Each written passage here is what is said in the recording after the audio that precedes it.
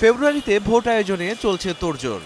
শিগগিরই আসছে নির্বাচনী রোডম্যাপ। চলছে সংসদীয় আসনের সীমানা প্রশ্নে দাবি আপত্তির শুনানি।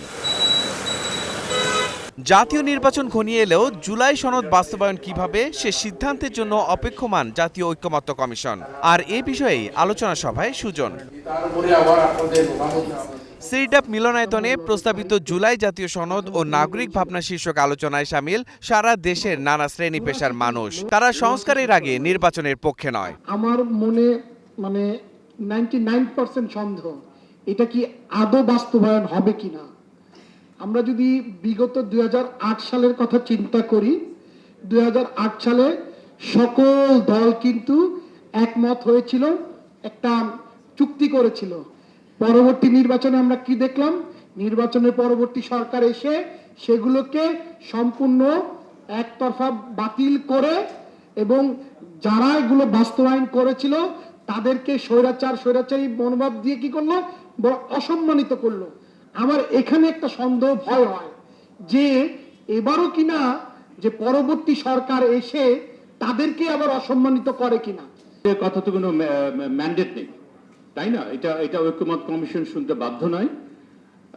ঐক্যমত কমিশন শুধু রাজনৈতিক দলদের কথা শুনবেন। তারা নাকি জনগণের প্রতিনিধি এবং প্রথম 2-3টা দল বাদ দিলে বাকিদের এমনই তারা জনগণের প্রতিনিধি। আপনারা সবাই জানেন যে তাদের পরিবারের সদস্য তাদেরকে ভোট দিবেন কিনা সন্দেহ আছে। কমিশনদের কাছে না, কমিশনার যারা আছে তাদের না, সমস্ত হাউজের সকলের কাছে আমার একটা প্রশ্ন, যে হবে কি না, পারবো কি না।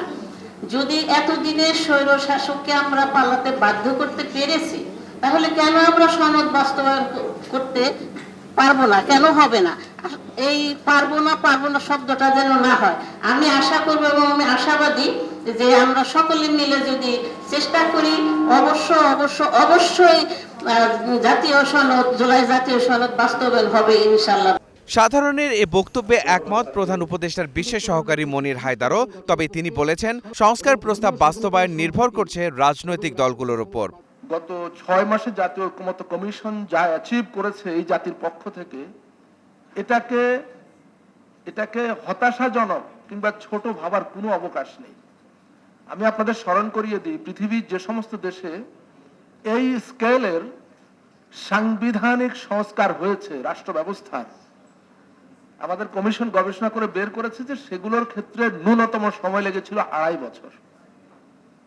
কিন্তু ঐক্যমত্য কমিশন আপনাদের সবার সহযোগিতায় মাত্র 6 মাসে এই এমন একটা জায়গায় এসছে যে আমরা আসলে কোন সংস্কারগুলো ন্যূনতম করতে চাই এবং আমরা করব। এখন আমরা যেখানে আটকে আছি, এই আটকানোর জায়গা থেকে বের হওয়ার কাজটা 1 ঘন্টায়ও হতে পারে, আবার 1, 2, 5, 10 বছরও নাও হতে পারে। সংকটটা কেবলমাত্র সনদের মধ্যে সীমাবদ্ধ না, এখানে দৃশ্যমান অদৃশ্যমান আরো অনেক ইস্যু আছে এবং এগুলোর সমাধান হতে পারে কেবলমাত্র আমাদের কাঙ্ক্ষিত রাজনৈতিক সমঝোতার মাধ্যমে। এ সময় সুজনের জরিপ তুলে ধরে বদিউল আলম মজুমদারের দাবি, দেশের বেশিরভাগ মানুষই ভোটের আগে সংস্কার চায়। এই চাওয়ার মূল্যায়ন না হওয়া ঠিক হবে না। যে রাজনৈতিক দলগুলো যদি কর্ণপাত না করে, তাহলে কিন্তু এর মাসুল তাদেরকে দিতে হবে। এই যে আমাদের স্বৈরাচারী সরকার, তাদের মাসুল দিতে হয়েছে না, অবশ্য অনেক রক্তের বিনিময়ে, অনেক প্রাণের বিনিময়ে তারা বিতাড়িত হয়েছে। তো আমাদের রাজনৈতিক দলগুলো যদি ডিসেন্ট দিয়ে পার হয়ে যেতে চায়, তারা যদি বলে যে আমরা সংসদে গিয়ে করব, না হয় করব না, সেই সিদ্ধান্ত আমরা তখন নেব, তাহলে কিন্তু এর একটা হয়তো মূল্য দিতে হতে পারে এবং তারা ইতিহাস থেকে শিক্ষা গ্রহণ করতে হবে। কিন্তু দুর্ভাগ্য হলো ইতিহাসের শিক্ষা হইলে কেউ ইতিহাস থেকে শিক্ষা গ্রহণ করে না।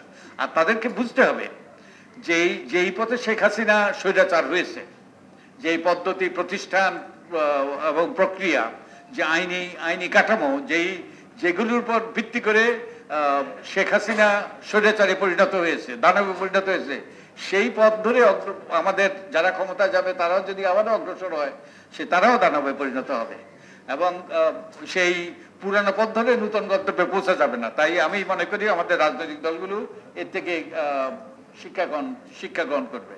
সংস্কার প্রস্তাব বাস্তবায়নে শুধু রাজনৈতিক দলের দিকে তাকিয়ে থাকলে হবে না, জনসাধারণকেও সরব হতে হবে বলে মনে করেন সুজন সম্পাদক। কতগুলো কাঠামোগত সংস্কার এবং কতগুলো প্রাতিষ্ঠানিক সংস্কার করার আমরা প্রস্তাব করেছি। Mahadi Hasan, star news, Dhaka. Anyway